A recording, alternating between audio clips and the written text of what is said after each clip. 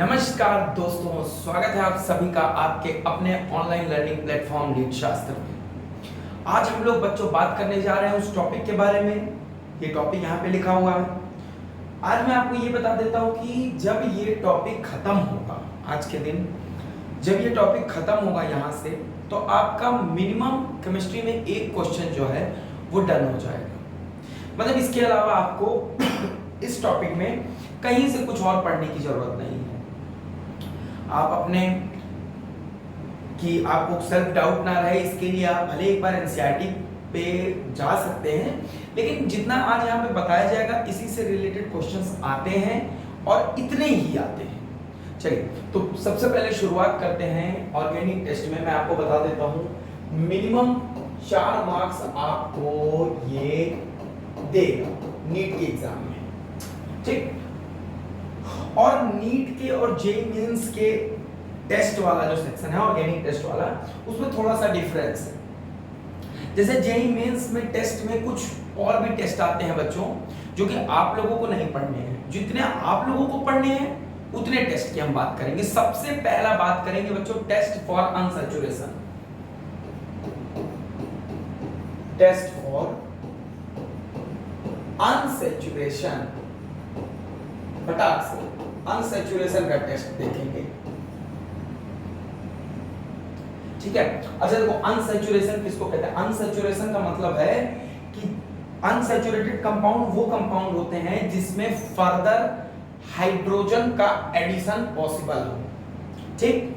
Hydrogen H2 का addition अगर किसी कंपाउंड में पॉसिबल है तो वैसे कंपाउंड को अनसैचुरेटेड कंपाउंड कहते हैं। जैसे कि देखो बच्चों, ये है तुम्हारा एल्कीन। एल्कीन में कार्बन कार्बन के बीच में एक पाई बॉन्ड होता है जो कि एक वीक बॉन्ड होता है।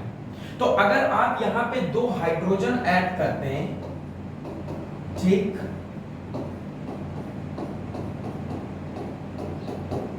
दो हाइड्रोजन अगर आप यहां पे ऐड करते हैं तो यहां पे 2 जो नए बॉन्ड बने हैं, ये जो 2 नए बॉन्ड बने हैं ये है सिग्मा बॉन्ड, और जो पहले जो बॉन्ड था वो था पाई बॉन्ड। और ये तो सबको पता है कि सिग्मा बॉन्ड जो होता है वो पाई बॉन्ड से स्ट्रांग होता है, यानी कि एक स्ट्रांग बॉन्ड का एडिशन हो रहा है एक वीक बॉन्ड को तोड़कर। तो जिन कंपाउंड में ये प्रोसेस पॉसिबल होता है बच्चों, उन कंपाउंड्स को हम लोग अनसैचुरेटेड कंपाउंड कहते हैं। और अनसैचुरेटेड कंपाउंड के टेस्ट के लिए मेनली हम लोग बच्चों 2 रिएजेंट्स का इस्तेमाल करते हैं। एक है तुम्हारा Br2CCl4, मतलब ब्रोमीन का सॉल्यूशन CCl4 में, और दूसरा है बच्चों बेयर्स रिएजेंट, ठीक है। दूसरा कौन सा बच्चों? Bears reagent. अच्छा देखो, मैं तुमको बेयर्स रिएजेंट के बारे में बता देता हूं क्या होता है। तुम लोगों ने KMnO4 का नाम सुना होगा, पोटेशियम परमैंगनेट, ठीक है। तो जो कोल्ड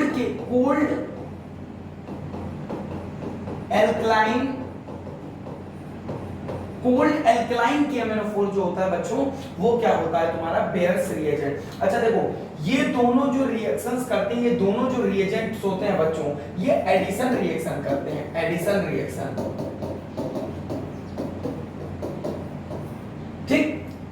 अब होता क्या है, अनसैचुरेटेड कंपाउंड्स इन दोनों के साथ रिएक्ट करते हैं और सैचुरेटेड कंपाउंड इनके साथ रिएक्ट या रासायनिक अभिक्रिया नहीं करते हैं। देखो अब कैसे पता चलेगा? टेस्ट का मतलब होता है बच्चों, टेस्ट वो जैसे सारे जितने ऑर्गेनिक कंपाउंड्स हैं वो कुछ ना कुछ रिएक्शंस तो देते ही हैं, तो क्यों कुछ स्पेसिफिक रिएक्शंस को ही हम लोग टेस्ट का दर्जा देते हैं। बच्चों टेस्ट वो होते हैं जिसमें आपको कोई सिग्निफिकेंट चेंज देखने को मिले, मतलब या तो कलर चेंज हो जाए, या तो प्रेसिपिटेट बन जाए, या तो इवोल्यूशन ऑफ गैस हो, या तो टर्बिडिटी अपीयर हो। तो ऐसे रिएक्शंस जिसमें कोई सिग्निफिकेंट चेंज देखने को मिले, वही रिएक्शन इस्तेमाल किए जाते हैं बच्चों एज अ टेस्ट। अच्छा एक बात देखना, जैसे अगर मान लो तुम HCl और NaOH को आप लोग मिलाओगे तो ये बना देता है H2O प्लस NaCl। ये रिएक्शन, अगर जो ये रिएक्शन होगी ना बच्चों, इसमें आपको कुछ देखने को नहीं मिलेगा। कलरलेस सॉल्यूशन रहता है HCl का, NaOH का, दोनों को मिलाओगे तो ये भी सॉल्यूशन कलरलेस ही बनता है, कुछ नहीं पता चलता है। तो टेस्ट ऐसे रिएक्शंस में, ऐसे रिएक्शन को एज अ टेस्ट यूज करते हैं हम लोग बच्चों, जो रिएक्शन कुछ सिग्निफिकेंट चेंज देखने को मिले। अब देखो, ब्रोमीन वाटर का कलर और बेयर्स रिएजेंट का जो कलर होता है, इनका जो सॉल्यूशन होता है, इसका जो कलर होता है ब्रोमीन वाटर का, इसका जो कलर होता है और बेयर्स रिएजेंट का KNO4 है तो पिंकिश कलर का होगा। जब इनके अंदर हम लोग कोई अनसैचुरेटेड कंपाउंड डालते हैं बच्चों, तो वो अनसैचुरेटेड कंपाउंड क्या करता है, इनको डीकलराइज कर देता है। अगर Br2CCl4 के सॉल्यूशन को या अल्कलाइन कोल्ड KMnO4 के सॉल्यूशन को कोई भी सब्सटेंस, कोई भी ऑर्गेनिक कंपाउंड डीकलराइज कर दे, तो ये चीज कंफर्म हो जाती है बच्चों कि जो यहाँ पे जिस कंपाउंड को हमने इनमें डाला था वो कंपाउंड कौन सा है, वो एक अनसैचुरेटेड कंपाउंड है, यानी कि वो या तो एल्कीन है या तो वो क्या है, एल्काइन है। ठीक, चलो ये बात होगी हम लोगों की। चलो अगले रिएक्शंस की तरफ, अगले रिएक्शन की तरफ हम लोग बढ़ते हैं बच्चों। ठीक है, देखो अगला रिएक्शन है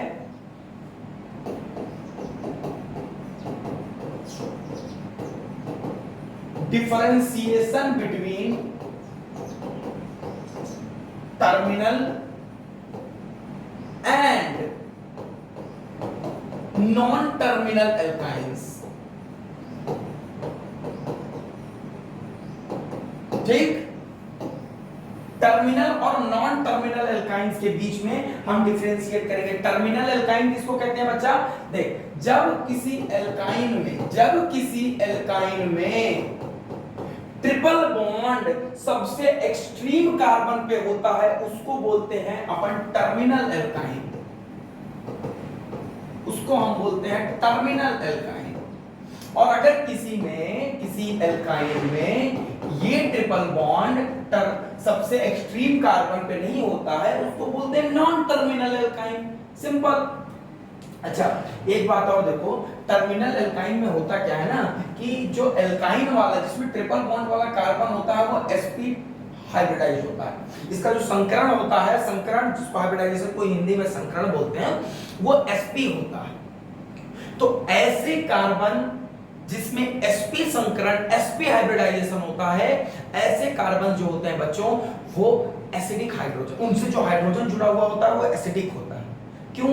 क्योंकि अगर एसिड कौन होते हैं, एसिड वो होते हैं जो H+ देने के बाद जो चीज बचती है, H+ देने के बाद जो चीज बचती है उसको बोलते हैं कंजुगेट बेस। जिसका कंजुगेट बेस स्टेबल होगा वो एसिड होगा, उसका एसिडिटी होती है। क्योंकि इसका कंजुगेट बेस बहुत ज्यादा स्टेबल नहीं होता, लेकिन जब इस कार्बन पे नेगेटिव चार्ज आता है H+ निकलने के बाद, तो कार्बन का हाइब्रिडाइजेशन sp है, उसकी इलेक्ट्रोनेगेटिविटी sp2 और sp के मुकाबले ज्यादा होती है, तो वो नेगेटिव चार्ज थोड़ा ज्यादा स्टेबल होगा।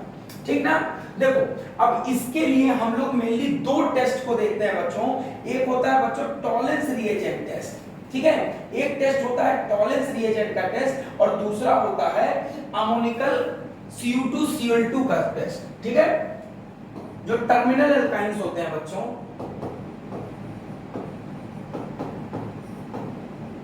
उनकी रिएक्शन जब हम टॉलेंस रिएजेंट से कराते हैं, ठीक है, टॉलेंस रिएजेंट से जब कराते हैं ammoniacal silver nitrate, ammoniacal silver nitrate को हम बोलते हैं टॉलेंस रिएजेंट, या Cu2Cl2 से जब कराते हैं।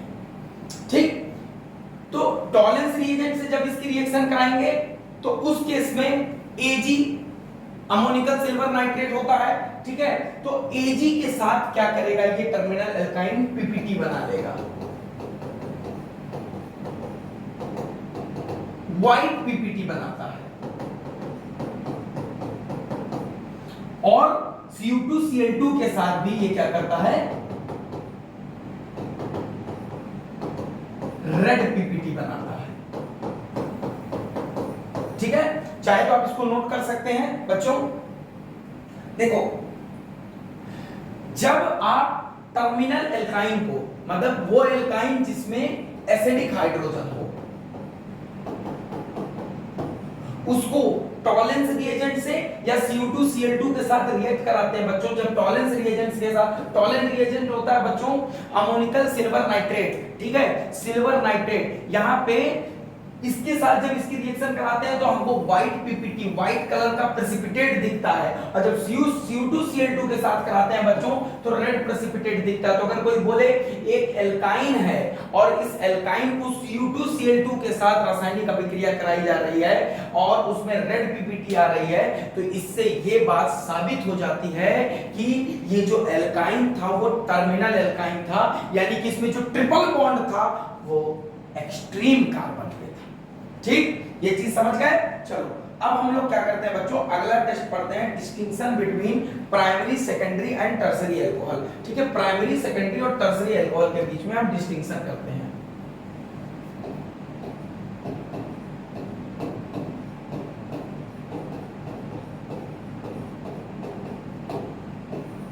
देखो सबसे पहला जो टेस्ट हम जिसकी बात करेंगे मुन्ना, वो है Lucas test. Lucas,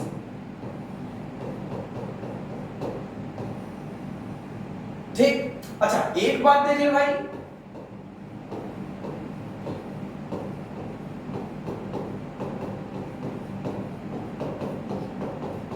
anhydrous ZnCl2 plus conc HCl को हम लोग बोलते हैं बच्चों ल्यूकास रिएजेंट। इसको क्या बोलते हैं हम लोग बच्चों, ल्यूकास रिएजेंट। ल्यूकास जो एक वैज्ञानिक के नाम पे ये टेस्ट है, तो इन्होंने ZnCl2 और कॉन्सेंट्रेटेड HCl के साथ एक प्राइमरी, सेकेंडरी और टर्सरी कार्बन को पहचानने का बच्चों क्या एक टेस्ट दिया था। ठीक है, तो इस एनहाइड्रस ZnCl2 और कॉन्सेंट्रेटेड HCl का जो मिक्सचर होता है इसको बोलते हैं ल्यूकास रिएजेंट। देखो जब हम प्राइमरी अल्कोहल की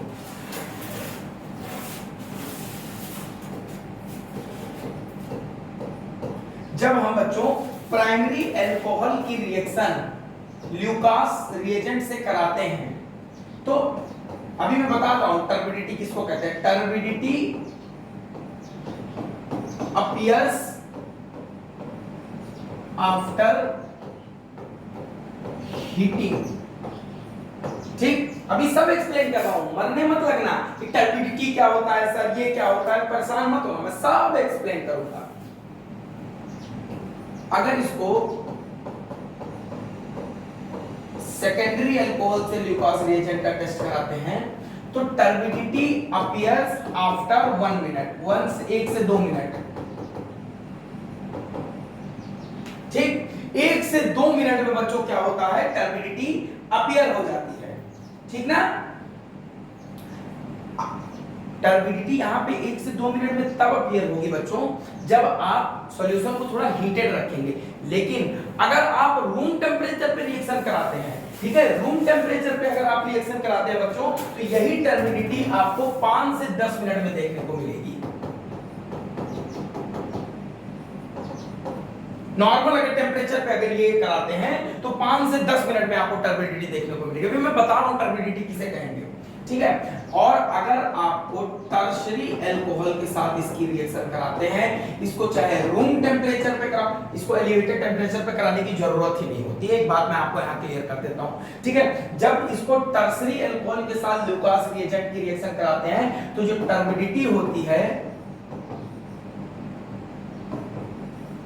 इंस्टेंट, उसी इंस्टेंट पे टर्बिडिटी बनने लगती है। मैं आपको टर्बिडिटी का मतलब बता रहा हूं क्या होता है बच्चों। सबसे पहली चीज मैं आपको ये बता रहा हूं कि ये जो रिएक्शन होती है, ये रिएक्शन एग्जांपल होती है SN1 की, न्यूक्लियोफिलिक सब्स्टिट्यूशन यूनिमोलिक्यूलर की। ल्यूकास टेस्ट SN1 का एग्जांपल होता है। और आपको पता है जो SN1 रिएक्शन होते हैं बच्चों, वो सबसे फास्ट होते हैं टर्शरी में, फिर सेकेंडरी में और फिर प्राइमरी में।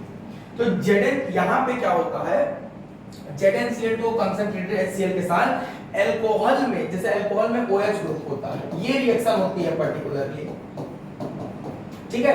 OH ग्रुप हट के क्या लग जाता है, Cl ग्रुप लग जाता है, Cl माइनस लग जाता है। तो यहाँ पे ये SN1 की तरह ये रिएक्शन होती है। अब देखो बच्चों, SN1 की तरह होती है तो टर्सरी अल्कोहल सबसे फास्ट देगा, फिर सेकेंडरी और फिर देगा प्राइमरी अल्कोहल देगा। ठीक है, तो टर्सरी अल्कोहल के साथ जब रिएक्शन कराते हैं तो तुरंत क्या बन जाता है, RCl, और RCl बनने की वजह से उस सॉल्यूशन में धुंधलापन उत्पन्न होता है, और वही धुंधलापन को हम लोग क्या बोलते हैं, टर्बिडिटी। जितना जल्दी क्लोरोएल्केन या एल्काइल क्लोराइड बनेगा उतनी जल्दी उसके अंदर टर्बिडिटी आएगी, उतनी जल्दी उसके अंदर धुंधलापन आएगा। और सबसे जल्दी एल्काइल हैलाइड किसमें बनेगा, वो उसमें जिसमें टर्सरी अल्कोहल मौजूद होगा। क्यों? क्योंकि टर्सरी अल्कोहल SN1 रिएक्शन को सबसे फास्ट देता है। सेकेंडरी अल्कोहल को जब रूम टेम्परेचर पे रिएक्शन कराते हैं तो 5 से 10 मिनट लगता है टर्बिडिटी अपीयर होने में, क्योंकि सेकेंडरी अल्कोहल में ये रेट स्लो होता है। और अगर रूम टेम्परेचर पे प्राइमरी अल्कोहल की रिएक्शन कराते हैं ल्यूकास रिएजेंट से तो ये टर्बिडिटी देता ही नहीं है। ये टर्बिडिटी तब देगा जब इसको हम क्या करेंगे, हीट करेंगे। तो टर्बिडिटी बनती क्यों है, क्लोरोएल्केन के फॉर्मेशन की वजह से। टर्बिडिटी जल्दी क्यों बनती है, क्योंकि टर्शरी अल्कोहल है, फास्ट देगा SN1। समझ में आ गया कि नहीं समझ में आ गया? ठीक, तो ये बात हो गई प्राइमरी, सेकेंडरी और टर्शियरी अल्कोहल के लिए। ठीक ना, चलो अब हम लोग बच्चों बात करेंगे कि एक और टेस्ट है, उसका नाम है विक्टर मेयर टेस्ट। ठीक है, विक्टर मेयर टेस्ट। ये अभी हम लोग प्राइमरी, सेकेंडरी और टर्शियरी अल्कोहल के ही टेस्ट की बात कर रहे हैं, तो अब जो हम लोग बात कर रहे हैं वो विक्टर मेयर टेस्ट की बात करेंगे।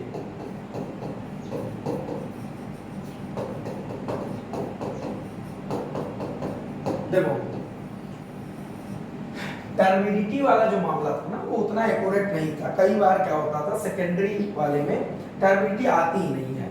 ठीक है, मतलब रूम टेम्परेचर पे टर्बिडिटी आती ही नहीं है। तो आपको एक ऐसा टेस्ट लाना होगा जो और अच्छे से सिग्निफिकेंट, किसी चीज में सिग्निफिकेंट चेंज करके बता सके। तो देखो यहां पे क्या होता है, विक्टर मेयर टेस्ट में प्राइमरी अल्कोहल, सेकेंडरी अल्कोहल और टर्शियरी अल्कोहल। ठीक, समझ रहे? ठीक है, इनको हम लोग क्या करते हैं बच्चों, रिएक्ट कराते हैं। सबसे पहले PI2 से, फिर AgNO2 से, फिर HNO2 से, और बाद में इसमें एल्कली में डिसॉल्व करते हैं। तो जो प्राइमरी अल्कोहल होता है बच्चों, ये रेड कलर का होता है, रेड कलर का सॉल्यूशन देगा। ठीक है, जो सेकेंडरी अल्कोहल होगा वो ब्लू कलर का सॉल्यूशन देगा। ठीक है, और जो टर्शियरी अल्कोहल होगा वो याद रखना, जो टर्शियरी अल्कोहल होगा, देखो primary alcohol, secondary alcohol. Primary alcohol सबसे पहले इससे रिएक्ट करके आयोडीन लगा लेगा अपने में, OH को हटा के, फिर AgNO2 से रिएक्ट करके NO2 लगा लेगा, HNO2 के साथ एक नाइट्रोजन बेस्ड एसिड बनाएगा, और उसके बाद इसको हम एल्कली में डिसॉल्व जब करेंगे तो रेड कलर का हो जाएगा। ठीक है, सेकेंडरी अल्कोहल को PI2 से रिएक्ट करके AgNO2 से रिएक्ट कराएंगे, फिर HNO2 से रिएक्ट करा के जब एल्कली में डिसॉल्व करेंगे तो ब्लू कलर का हो जाएगा। और जो टर्शियरी अल्कोहल होता है उसको PI2 के साथ रिएक्शन कराने के बाद जब आप AgNO2 से रिएक्ट कराते हैं, उसके बाद जब आप HNO2 से रिएक्ट कराते हैं, और अंत में जब आप एल्कली से में डिसॉल्व करवाते हैं, ठीक है, तो यहां पे रिएक्शन ही नहीं होती है, नो रिएक्शन।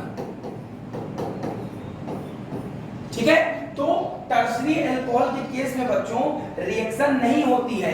HNO2 यहां तक रिएक्ट करता है tertiary alcohol, tertiary alcohol PI2 से रिएक्ट करेगा, AgNO2 से रिएक्ट करेगा, लेकिन जब HNO2 से रिएक्शन कराएंगे तो टर्शियरी अल्कोहल यहां पे रिएक्शन नहीं करता है। ठीक है, तो विक्टर मेयर टेस्ट सबसे इंपॉर्टेंट टेस्ट होता है अगर आपको अल्कोहल का एस्टिमेशन करना है। अब देखो बहुत जगह ना टीचर्स लोग तुमको याद करवाते हैं कि याद करो बेटा RBC से, ठीक है, रेड ब्लड सेल, R से रेड, बी से ब्लू, सी से कलरलेस। पर ये कलरलेस नहीं, ये रिएक्शन ही नहीं देता है HNO2 के बाद। तो ये वाला फॉर्मूला मत याद रखो, ये गलत है, ये छोटे बच्चों के लिए है। आप लोग इंडिया के सबसे प्रेस्टिजियस मेडिकल एंट्रेंस की तैयारी कर रहे हो, कलरलेस नहीं होगा आरबीसी का मतलब रेड कलर का आपका देगा कौन सा, प्राइमरी, ब्लू कलर का कौन देगा, सेकेंडरी, और जो टर्शियरी होगा वो HNO2 के साथ 2 स्टेप पे रिएक्शन करेगा, HNO2 के साथ रासायनिक अभिक्रिया या रिएक्शन करता ही नहीं है।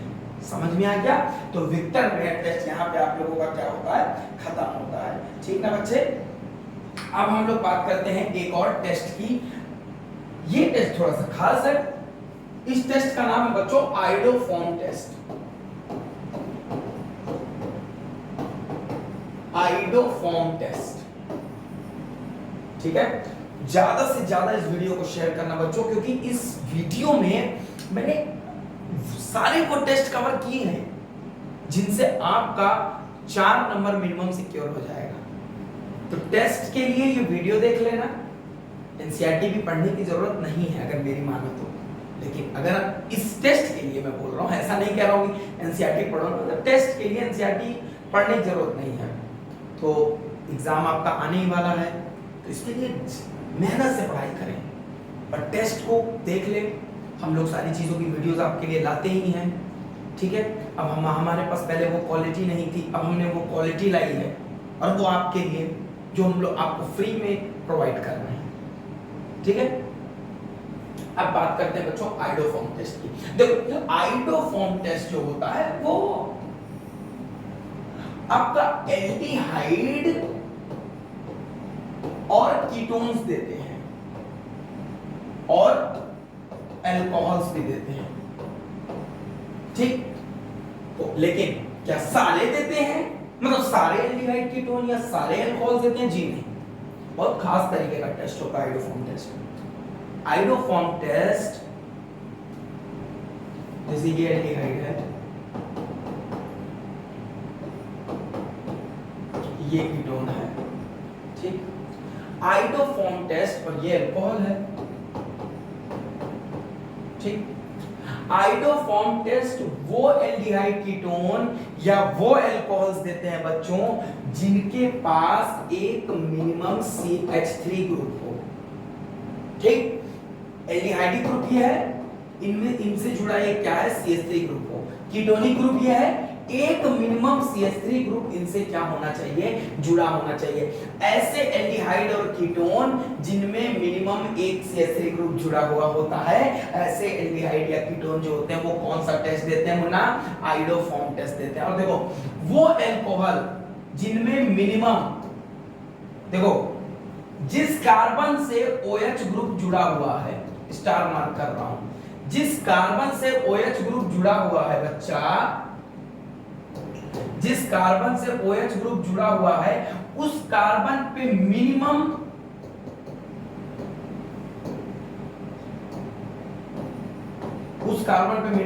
एक CH3 ग्रुप होना ही होना चाहिए, वरना ये टेस्ट नहीं देगा। तो क्या मैं आप लोगों को क्लियर हूं कि कौन एल्डिहाइड कीटोन, कौन अल्कोहल इस तरीके के टेस्ट को देंगे? ठीक है, चलो आगे बढ़ते हैं बच्चों, ठीक ना? इतना समझ गए? चलो अब देखते हैं कि इस टेस्ट में कौन से रिएजेंट्स का इस्तेमाल किया जाता है। ये इंपॉर्टेंट है बच्चों, ठीक है? ये इंपॉर्टेंट है।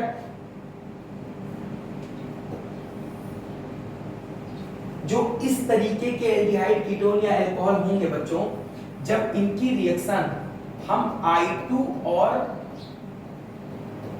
NaOH के साथ कराएंगे, ठीक है? I2 या NaOH के साथ कराएंगे तो यहां पे क्या होता है, CH3 का फॉर्मेशन होता है। देखो जैसे यहाँ पे जो CH3 है, यहाँ पे जो CH3 है, यहाँ पे जो CH3 है, ठीक? ये क्या करता है, ये अलग हो जाता है और CH3 बना बना लेता है, इसीलिए। और इस CH3 का जो कलर होता है वो येलो कलर का क्या बनाता है, ये प्रेसिपिटेट बनाता है। और येलो कलर का प्रेसिपिटेट बनाया यानी कि कंफर्म हो गया कि ये आइडोफॉर्म टेस्ट में कैसा रिजल्ट दे रहा है, पॉजिटिव रिजल्ट दे रहा है।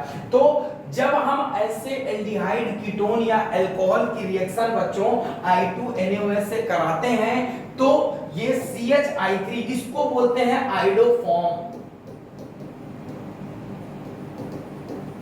इसको क्या बोलते हैं अपन, आइडोफॉर्म बोलते हैं। तो आइडोफॉर्म का फॉर्मेशन होता है जो येलो कलर का क्या बनाता है बच्चों, पीपीटी बनाता है। ठीक है, येलो पीपीटी बनता है। इससे आपका कंफर्म हो जाता है कि जो कंपाउंड था, जो एल्डिहाइड था, जो कीटोन था, उसमें मिनिमम एक क्या है बच्चों, CH3 ग्रुप है। ठीक है, अच्छा इसमें एक चीज याद रखनी है आपको कि कार्बोक्सिलिक एसिड और उसके जो डेरिवेटिव्स हैं वो आइडोफॉर्म रिएक्शन, आइडोफॉर्म टेस्ट को नहीं देते हैं। ठीक ना बच्चों, चलो अच्छा अब हम लोग बात कर लेते हैं एक और फिनॉल का टेस्ट है न्यूट्रल FeCl3 के साथ। Neutral FeCl3 test. ठीक है, फिनॉल और उसके डेरिवेटिव ये टेस्ट देते हैं बच्चों। ठीक है, तो फिनॉल या उसके डेरिवेटिव इस टेस्ट को देते हैं। देखो इस टेस्ट में होता क्या है,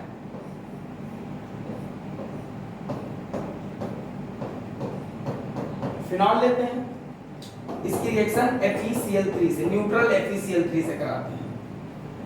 ठीक है बच्चा, ठीक ना। तो ये क्या देता है देखना, बहुत ध्यान से, बड़ा ध्यान से देखना।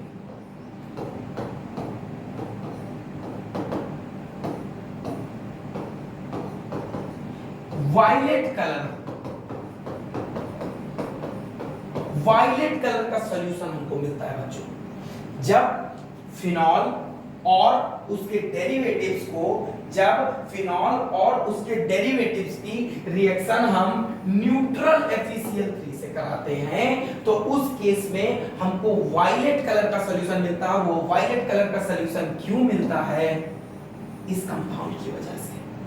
यहां से H+ निकला, फिनॉक्साइड आयन बना और 3 फिनॉक्साइड आयन मिलके Fe के साथ बॉन्डेड फॉर्म में आ जाते हैं और ये किस कलर का सॉल्यूशन देता है, वायलेट कलर का सॉल्यूशन देता है। क्या मैं आप लोगों को ये चीज क्लियर कर पाया? और अगर नहीं क्लियर कर पाया बच्चों तो कमेंट में लिख देना कि नहीं बता पाए, नहीं समझा पाए, कोई शर्माना मत। ठीक है, लिखते ही हो।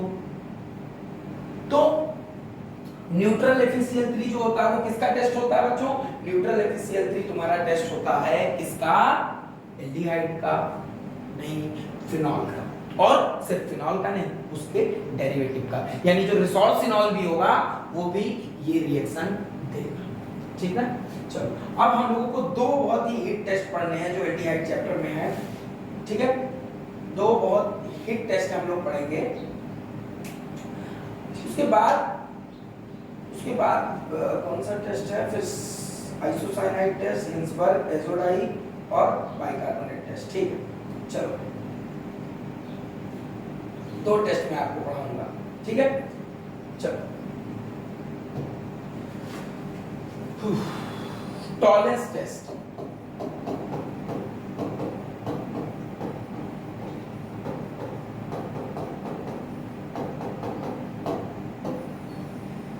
टॉलेंस टेस्ट, ठीक है, देखो होता क्या है, एल्डिहाइड, ठीक है, टॉलेंस टेस्ट को वो ऑर्गेनिक कंपाउंड देता है जो सबसे इजीली ऑक्सीडाइज हो सके। मेरी बात ध्यान से सुनना, टॉलेंस टेस्ट को वो ऑर्गेनिक कंपाउंड देता है जो सबसे इजीली क्या हो सके, ऑक्सीडाइज हो सके। अब देखो सबसे इजीली ऑक्सीडाइज कौन होता है, अल्कोहल? जी नहीं, अल्कोहल को ऑक्सीडाइज होने में दिक्कत होती है। अल्कोहल को ऑक्सीडाइज करने के लिए थोड़ा सा स्ट्रॉन्ग ऑक्सीडाइजिंग एजेंट चाहिए होता है। क्या वो एल्केन है? जी नहीं, एल्केन तो ऑक्सीडाइज ही नहीं होता है। जल्दी, जब तक विग्रस कंडीशन में, खतरनाक कंडीशन में थॉर को बुला के लाइटनिंग करवा के जब तक आप नहीं ऑक्सीडेशन कराएंगे तब तक नहीं देते। तो कौन सा? एल्डिहाइड। ठीक, एल्डिहाइड बहुत इजीली ऑक्सीडाइज होकर एसिड में चला जाता है। ठीक, तो टॉलरेंस रिएजेंट जो होता है बच्चों एक पुअर, गरीब, लीचर ऑक्सीडाइजिंग एजेंट होता है। होता क्या है इसमें? अमोनिकल सिल्वर नाइट्रेट पाया जाता है। ठीक है, अमोनिकल सिल्वर नाइट्रेट। अब देखो इसमें सिल्वर होता है Ag+ के फॉर्म में। ठीक, जैसे मान लो कोई एल्डिहाइड है, यहां पे बच्चों इस सॉल्यूशन में सिल्वर पाया जाता है प्लस के फॉर्म में। ठीक है, Ag+। अच्छा, मैं आप लोगों को थोड़ा समय में पीछे लेके जाना चाहूंगा, जब आप लोग पढ़ रहे थे इलेक्ट्रोकेमिस्ट्री। इलेक्ट्रोकेमिस्ट्री में एक चार्ट होता है जिसको बोलते हैं इलेक्ट्रोकेमिकल सीरीज। तो बहुत लोग इलेक्ट्रोकेमिकल सीरीज को पूरा पढ़ लेते हैं, पूरा रट लेते हैं यू वैल्यू के साथ साथ, लेकिन उसका सिग्निफिकेंस उनको नहीं पता होता है। बहुत बच्चे ऐसे होते हैं, जो बच्चे मेहनत करते हैं उनकी बात कर रहा हूँ, वो पूरा का पूरा चार्ट ही रट लेते हैं, लेकिन उनको सिग्निफिकेंस नहीं पता होता है कि इसका सिग्निफिकेंस क्या है। देखो बच्चों, जो Ag+ से Ag, इसका जो SRP होता है, इसका जो स्टैंडर्ड रिडक्शन पोटेंशियल होता है बच्चों, वो अच्छा खासा पॉजिटिव होता है। यानी कि अगर आप Ag को उसके सॉल्यूशन में रख देंगे Ag+ के, तो वो क्या करेगा? Ag+ Ag के फॉर्म में रहना ज्यादा पसंद करता है, तो वो तुरंत किसी सोर्स से इलेक्ट्रॉन लेके Ag बना देगा, क्योंकि इसका स्टैंडर्ड रिडक्शन पोटेंशियल क्या होता है? पॉजिटिव। और delta G0 is equal to -n of E0 cell. ठीक है, तो जब E0 सेल जो होता है वो पॉजिटिव होता है, तो डेल्टा G0 की वैल्यू नेगेटिव होती है। तो जब इसका रिडक्शन वाला पोटेंशियल पॉजिटिव है, यानी कि ये रिडक्शन वाला जो प्रोसेस है वो स्पॉन्टेनियस है, अपने आप हो जाएगा, इसके लिए बाहर से एनर्जी नहीं देनी पड़ी। देखो होता क्या है, ये इजीली ऑक्सीडाइज हो सकता है, इजीली ऑक्सीडाइजेबल है, और ये इजीली रिड्यूसेबल है। ठीक है, तो इसमें होता क्या है, Ag+ इसको इलेक्ट्रॉन दे देगा। ठीक, इसको इलेक्ट्रॉन दे देगा, जी नहीं, इसको ये कैसे इलेक्ट्रॉन दे सकता है? ये इसको इलेक्ट्रॉन दे देगा, मतलब एल्डिहाइड जो है खुद ऑक्सीडाइज हो रहा है, तो ये इसको इलेक्ट्रॉन दे देगा, और Ag+ इलेक्ट्रॉन को लेके बच्चों किस में कन्वर्ट हो जाएगा? Ag में कन्वर्ट हो जाएगा। और Ag मेटल होता है, चांदी आप लोग जानते हैं, कई लोग अंगूठी पहनते हैं चांदी में मोती लगा के अंगूठी, तो इस रिएक्शन में जब एल्डिहाइड के साथ Ag+ रहता है, तो एल्डिहाइड इसको इलेक्ट्रॉन दे के Ag में कन्वर्ट कर देता है, और ये Ag क्या करता है? सिल्वर मिरर का फॉर्मेशन कर लेता है। ठीक, किसका फॉर्मेशन कर लेता है बच्चों? सिल्वर मिरर का फॉर्मेशन कर लेता है। तो अगर आपने एल्डिहाइड का सॉल्यूशन बनाया, पीएच सॉल्यूशन, इसमें हमने अमोनिकल सिल्वर नाइट्रेट डाला, थोड़ी देर बाद क्या हुआ? सरफेस पे देखोगे ना सॉल्यूशन के, तो चांदी जैसी चमक वाला एक सब्सटेंस उसके ऊपर डिपॉजिट हो जाता है, कंफर्म हो जाता है। कह देते हैं सिल्वर मिरर फॉर्म हो चुका है, यानी कि Ag+ अमोनिकल सिल्वर नाइट्रेट में जो Ag+ मौजूद था वो रिड्यूस होके मेटालिक Ag में कन्वर्ट हो चुका है, और मेटालिक Ag सरफेस पे डिपॉजिट होने लगी है। सिल्वर मिरर टेस्ट बोलते हैं इसको। इस टेस्ट को, टॉलरेंस रिएजेंट वाले टेस्ट को ना हम लोग क्या बोलते हैं? सिल्वर मिरर टेस्ट भी बोलते हैं। ठीक है, अच्छा अब देखो दूसरा टेस्ट है फेयरिंग सॉल्यूशन। कौन देता है बच्चों? एल्डिहाइड्स देते हैं। टॉलरेंस रिएजेंट वाला टेस्ट कौन देता है? एल्डिहाइड देते हैं। ठीक है, ये चीज समझ में आ गया ना? ठीक है, इसमें याद रखना बच्चा लोग, एल्डिहाइड्स देते हैं इस टेस्ट को। और कैसे एल्डिहाइड? एरोमेटिक भी और एलिफेटिक भी, एरोमेटिक भी और एलिफेटिक भी, दोनों तरीके के एल्डिहाइड्स देते हैं। ठीक, फेलिंग सॉल्यूशन, फेलिंग सॉल्यूशन का टेस्ट। अब देखो फेलिंग सॉल्यूशन का जो टेस्ट होता है बच्चों, ये भी एल्डिहाइड के द्वारा दिया जाता है, ठीक है। चलो अभी फेलिंग सॉल्यूशन नहीं बताता हूं मैं। जैसे एक कॉपर सल्फेट जानते हो ना, कॉपर सल्फेट का सॉल्यूशन, ठीक। आप क्या करो, एक कॉपर सल्फेट का एक्वस सॉल्यूशन ले लो, ठीक। अगर इस कॉपर सल्फेट के एक्वस सॉल्यूशन को रोचेल सॉल्ट या sodium potassium tartrate, sodium potassium tartrate के साथ ले मिला दोगे, सोडियम पोटेशियम टार्टरेट को रोचेल सॉल्ट भी बोलते हैं। जब रोचेल सॉल्ट को कॉपर सल्फेट के साथ रखोगे तो यहां पे बनता है फेलिंग सॉल्यूशन। अच्छा बच्चों, जब इसी कॉपर सल्फेट सॉल्यूशन को आप सोडियम पोटेशियम टार्टरेट की जगह पे सिट्रेट के सॉल्यूशन के साथ रखोगे, ठीक है, ये सोडियम पोटेशियम टार्टरेट है, और अगर इसको सिट्रेट के सॉल्यूशन में रखोगे, मतलब सिट्रेट सॉल्ट के सॉल्यूशन में रखोगे, तो उस सॉल्यूशन को हम लोग बोलते हैं बेनेडिक्ट सॉल्यूशन। एक चीज कॉमन होती है दोनों में, क्या? Copper sulphate. जब कॉपर सल्फेट को सोडियम पोटेशियम टार्टरेट के साथ रखते हैं तो उसको बोलते हैं फेलिंग सॉल्यूशन। जब कॉपर सल्फेट को सिट्रेट के साथ रखते हैं तो बोलते हैं बेनेडिक्ट सॉल्यूशन। दोनों का काम एक होता है। समझ में आ गया? क्लियर है कि नहीं? देखो इसमें, ठीक है, इसमें हम लोग क्या करते हैं बच्चों, इन दोनों में कॉपर सल्फेट में बताओ ये कॉपर किस ऑक्सीडेशन स्टेट में? कॉपर +2 में है कि नहीं जी? अभी कॉपर +2 जो होता है ना बच्चों, ये भी कॉपर +1 के फॉर्म में जाने के लिए परेशान होता है। और ये मुझे कहां से पता चला? बोलो। ये मुझे पता चला उसी इलेक्ट्रोकेमिकल सीरीज से, जिस इलेक्ट्रोकेमिकल सीरीज में Ag+ की बात की थी। तो कॉपर 2+ क्या होगा, इजीली रिड्यूस हो जाता है कॉपर +1 में, ठीक है। अब इजीली रिड्यूस हो जाता है तो कोई ऐसा कंपाउंड चाहिए इसके साथ जो इजीली ऑक्सीडाइज भी। अरे इजीली रिड्यूस तब ना होगा जब इसको कोई इलेक्ट्रॉन देगा, और इलेक्ट्रॉन तब ना देगा जब कोई इजीली ऑक्सीडाइज होगा। फिर बात आ गई कौन इजीली ऑक्सीडाइज होता है? हमारा एल्डिहाइड। और जब इसी एल्डिहाइड के साथ इन दोनों की रिएक्शन कराते हैं तो ये क्या देता है बच्चों?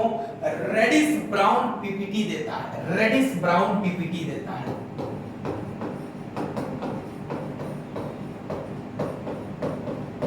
और वो रेडिश ब्राउन पीपीटी, जैसे देखो Cu2+ में होता है कॉपर सल्फेट में, कॉपर किस में होता है? Cu2+ में।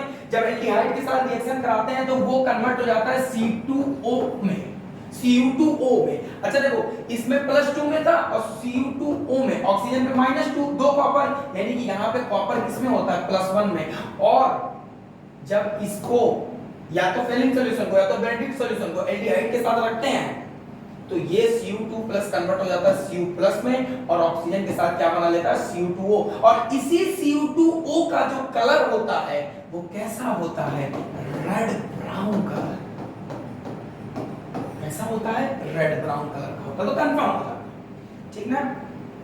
चलो, और ये जो टेस्ट होता है बच्चों सिर्फ एलिफैटिक एल्डिहाइड देते हैं, एलिफैटिक एल्डिहाइड। ये टेस्ट सिर्फ कौन देता है? एलिफैटिक एल्डिहाइड देते हैं, ठीक ना? चलो, अच्छा एक चीज नोट करके लिखना है, नोट करके, नोट, रिमार्क।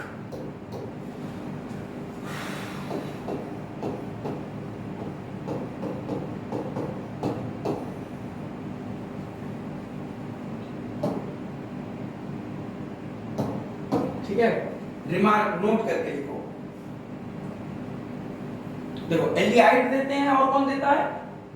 बस एल्डिहाइड देते ना, देखो लेकिन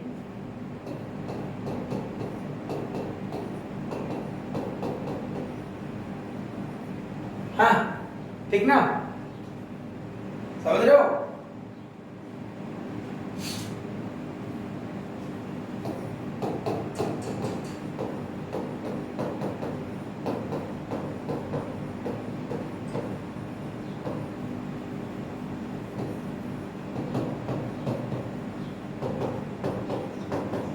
देखो ये फेरिक सॉल्यूशन और बेंडिक सॉल्यूशन वाला जो रिएक्शन है वो आपका फॉर्मिक एसिड, ये फॉर्मिक एसिड है, और जो अल्फा हाइड्रोक्सी कीटोन, जैसे ये होता है अल्फा हाइड्रोक्सी कीटोन, देखो बच्चों ये कीटोन है, ये इसकी अल्फा पोजीशन पे अगर OH ग्रुप है तो बोलते हैं अल्फा हाइड्रोक्सी कीटोन। तो इस रिएक्शन को अल्फा हाइड्रोक्सी कीटोन और फॉर्मिक एसिड भी देते हैं। ठीक ना बच्चों, चलो आगे बढ़ते हैं। अब एक छोटा सा टेस्ट है, एक छोटा सा टेस्ट है, इसमें ज्यादा नहीं देखेंगे, बस देख लेते हैं। Isocyanide test.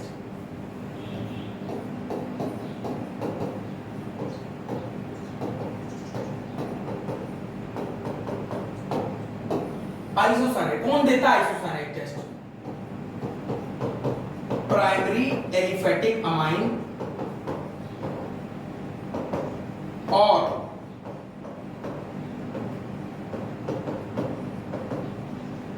Aromatic amine.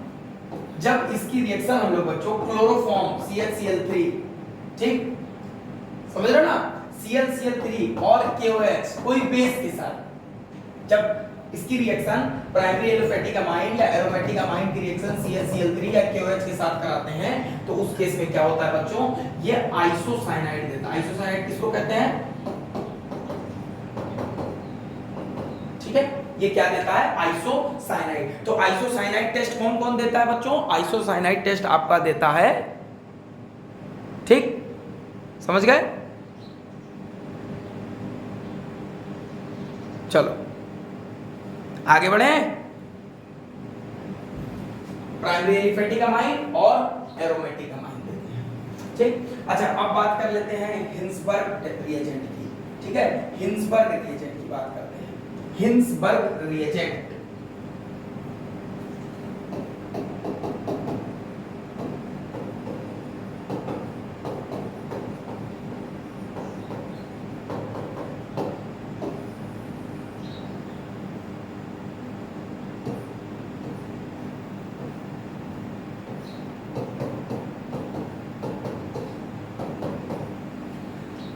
देखो किसको कहते हैं हिंसबर्ग रिएजेंट? सबसे पहले तो ये चीज देख लो, ठीक है। सबसे पहले देखो किसको कहते हैं हिंसबर्ग रिएजेंट? जो बेंजीन सल्फोनिल क्लोराइड होता है, क्या बेंजीन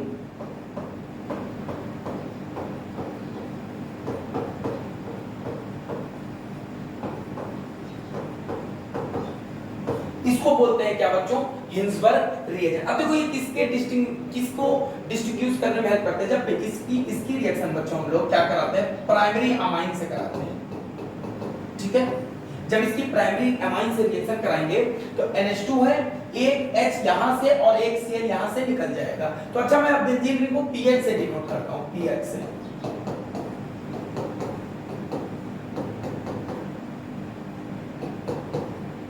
हमको ये मिलेगा, अरे नाइट्रोजन से एक H और यहां से एक Cl, ऐसे देखो ना,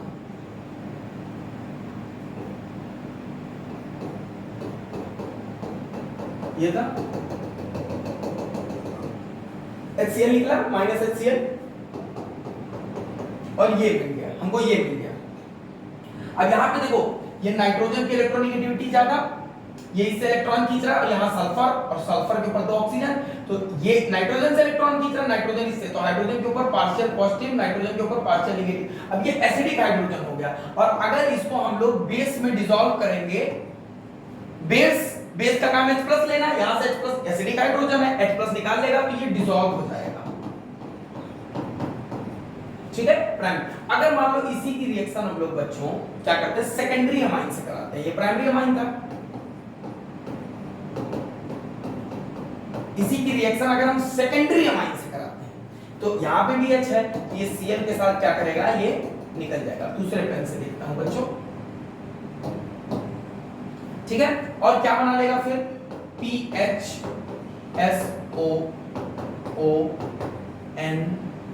ठीक है, R।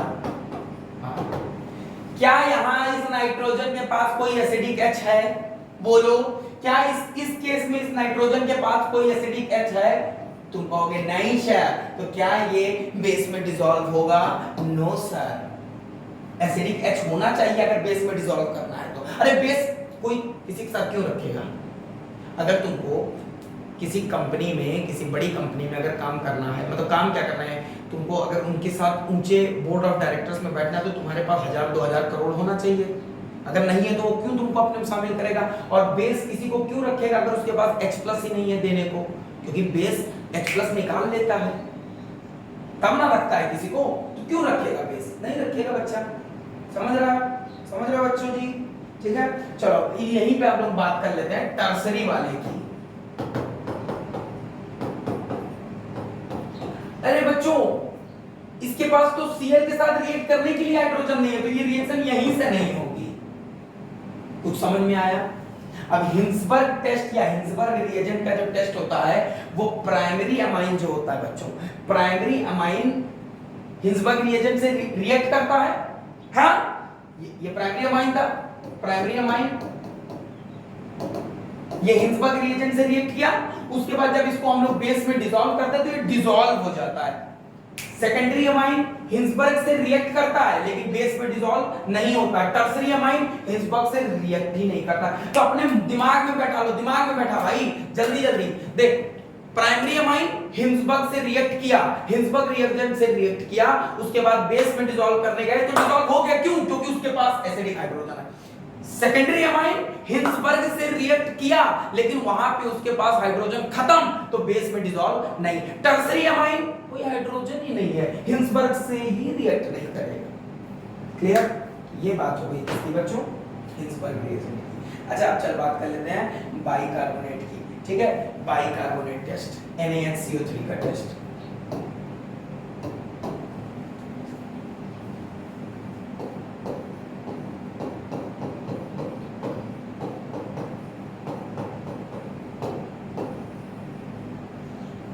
देखो, अब एक बात और तुमको बता दे रहा हूं, बाइकार्बोनेट जो NaHCO3 होता है वो कैसे बनता है? देखो, कार्बोनिक एसिड की रिएक्शन जब NaOH से कराओगे तो ये क्या बना देगा? NaHCl3, sodium bicarbonate. ठीक, एक बात याद रखना, बाइकार्बोनेट टेस्ट सिर्फ वही ऑर्गेनिक कंपाउंड्स देंगे जो कार्बोनिक एसिड से ज्यादा स्टेबल होते हैं। वो ऑर्गेनिक कंपाउंड, ये नहीं बताएगा कोई, वो ऑर्गेनिक कंपाउंड जिनकी एसिडिटी कार्बोनिक एसिड से ज्यादा होती है मेरे भाई, वही देते हैं क्या? Bicarbonate test. अब बाइकार्बोनेट टेस्ट में होता क्या है? सबसे पहले ये देख ले। बाइकार्बोनेट टेस्ट में होता है ब्रिस्क एफरवेसेंस।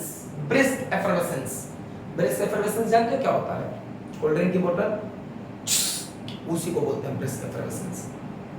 ठीक है, तो बुलबुले उठते हैं।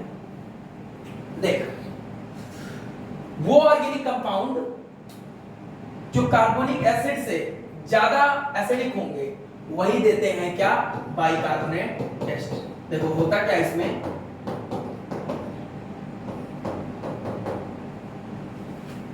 ठीक है, देखो जब इसकी रिएक्शन हम NaHCO3 से कराते हैं तो ये बना लेता है सॉल्ट और बनता है वाटर और साथ में निकलता है कार्बन डाइऑक्साइड। ठीक है, यहां पे भी सेम तरीके से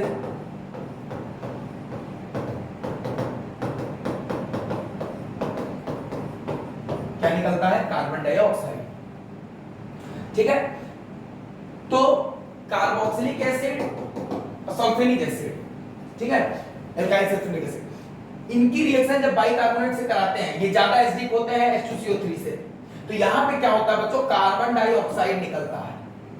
और कार्बन डाइऑक्साइड एक एफरवेसेंस के साथ निकलेगा बुलबुले बनाते हुए। तो आपको पता चल जाएगा कि आपने जो ऑर्गेनिक कंपाउंड आप टेस्ट कर रहे थे वो ऑर्गेनिक कंपाउंड कौन सा? या तो एसिड, ये तो जनरली रहता नहीं है, मेनली कौन सा रहता है? Carboxylic acid. ठीक है, अच्छा, फिनॉल इस टेस्ट को नहीं देता है, फिनॉल इस टेस्ट को नहीं देता। तो अगर मान ले तुझसे क्वेश्चन पूछ लेता है कि बताओ फिनॉल और कार्बोनिक एसिड में ज्यादा एसिडिक कौन है, कार्बोनिक एसिड। क्योंकि अगर फिनॉल ज्यादा एसिडिक होता कार्बोनिक एसिड से तो वो ब्रिज एफरवेसेंस वाला टेस्ट देता ना, पर नहीं देता है। लेकिन जाते जाते एक नोट तुझको लिखाता जाऊंगा मैं।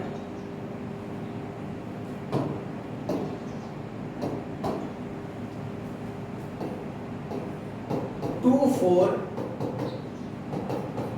Dinitrophenol and picric acid give this test। ठीक है, दिख रहा है कि नहीं? चलो फिर से दूसरे कलर से लिख दे रहा हूं भाई, नहीं दिखा तो 2,4 dinitrophenol and picric acid give this test। ठीक, तो भाई हो गया आज का सेशन। अच्छा लगा आप लोगों को? इतने मेजर टेस्ट हैं जो नीट के लिए इंपॉर्टेंट है। अगर आप लोगों ने ये सारे टेस्ट को अच्छे से देखा, लेक्चर को अच्छे से देखा, तो आप लोगों को मैं एक चीज श्योर करता हूं, टेस्ट से आपका क्वेश्चन नहीं गलत होगा। ठीक, अच्छे से एकदम देखना इस लेक्चर को। और ज्यादा अगर जैसे तुम्हारे कोई मित्र हैं, अब जिनसे चिढ़ते हो उनकी बात नहीं है, जैसे जिन किन्हीं मित्रों को तुम्हारे लगता है कि उनको टेस्ट पढ़ना चाहिए, तो उनको भी आप ये वीडियो भेज सकते हैं। अगर आपके पास ये वीडियो पहुंचती है, नहीं भेजेंगे तो भी कोई प्रॉब्लम नहीं है, खुद पढ़ लो। ये टेस्ट बहुत इंपॉर्टेंट है बच्चों, सीधा सीधा इससे सवाल आ जाता है। तो ये टेस्ट आपके सामने मैंने लिख दिए हैं, पढ़ा दिए हैं, समझाने की पूरी पूरी कोशिश की है। अगर मैं समझा पाया हूँ, आपको समझ में आया हो, तो बहुत अच्छी बात होगी मेरे लिए। ठीक, तो हमारे चैनल को बच्चों ज़्यादा से ज़्यादा आप सब्सक्राइब करें, क्योंकि हम लोग ऐसी वीडियो लाते ही रहेंगे आप लोगों के लिए, वो भी फ्री ऑफ कॉस्ट। अभी नीट में जितना टाइम है, हम लोग एक बार पूरा सिलेबस कवर कर लेंगे। ठीक, सबके लिए है ये वीडियोस बच्चों, तो आप लोग मन लगा के पढ़ाई करें। जल्दी मिलेंगे आप लोगों के साथ दूसरी वन शॉट वीडियो के साथ, एक ही वीडियो में जो पूरा चैप्टर कवर करेंगे। तो ये बहुत इंपॉर्टेंट टॉपिक, पूरे ऑर्गेनिक में हर जगह ये जो है, मतलब अलग अलग चैप्टर्स में टेस्ट है, उनको एक साथ लाके यहाँ पे रखा गया। बहुत लोग ऐसा करते हैं, मैं नहीं कर रहा हूँ, मैं ऐसा कर रहा हूँ, लेकिन मैंने थोड़ा सा उसको एक्सप्लेन करने की कोशिश की। अगर आप लोगों को अच्छा लगा हो तो इस वीडियो को जरूर ज्यादा से ज्यादा लाइक करें, शेयर करें। धन्यवाद।